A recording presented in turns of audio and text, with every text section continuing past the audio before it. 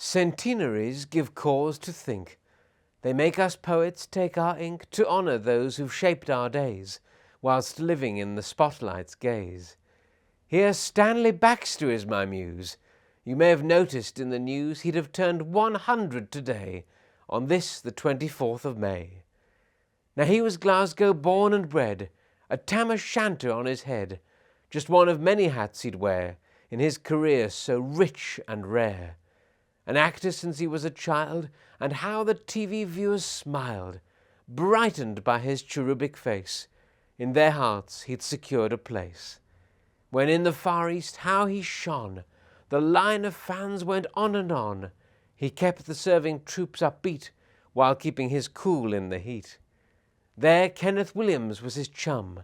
They revelled in the rum-ti-tum, the rhythm of the stage they'd found, with mirth and music all around. They met way out in Singapore. Their friendship was an open door. They shared so much, their bond was great. They were each other's closest mate. In times of need they would meet up, and kindness flowed in every cup. Though they cost a pretty penny, Stanley craved his meals with Kenny. He showed he had a special gift. The audiences he would lift with comedy all sang his praise, for he could intrigue and amaze. The London powers soon paid heed, as they had appetites to feed. They said, "We need a brilliant man. Who can do this?" "We know who can." The top producers saw his wit. One lady heard he'd been a hit, when her contact swiftly faxed her, "Take a look at Stanley Baxter." He triumphed, and much to his glee, they put him on the BBC. He wowed them with his fun and games, becoming one of our big names.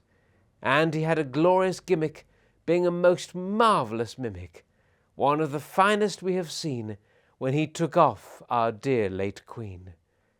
So many strides that he had made, so many parts that he had played, he knew his doting public well, how they lapped up the tales he'd tell. Some tales bring colour and delight. Some help to get us through the night. Some tales cast shadows in the dark. On Stanley, too, one left a mark. What sadness when Moira, his wife, decided to take her own life. What strength of character he showed, as he now trod a lonelier road. He still provided so much joy. Wound up again just like a toy, he launched himself upon his craft, and how all his admirers laughed. He always was so versatile. On stage, on screen, he had such style. On radio, the time he stayed meant he'd earned every accolade. His hard work reaped its full rewards, and he was showered with awards. He had given so much pleasure, golden memories to treasure. To do all this was such a feat, not one that many men could beat. A life lived well that won our pride, a life tinged with the tears he cried. A baby in the starting blocks could not foresee his troubling knocks.